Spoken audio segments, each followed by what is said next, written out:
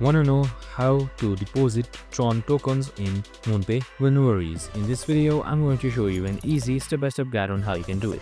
It's super simple and under a minute, so let's get straight to it. Now, first things first, simply open up your MoonPay application and make sure you are logged in as well. We have once created a video on how to do it, so make sure to watch it.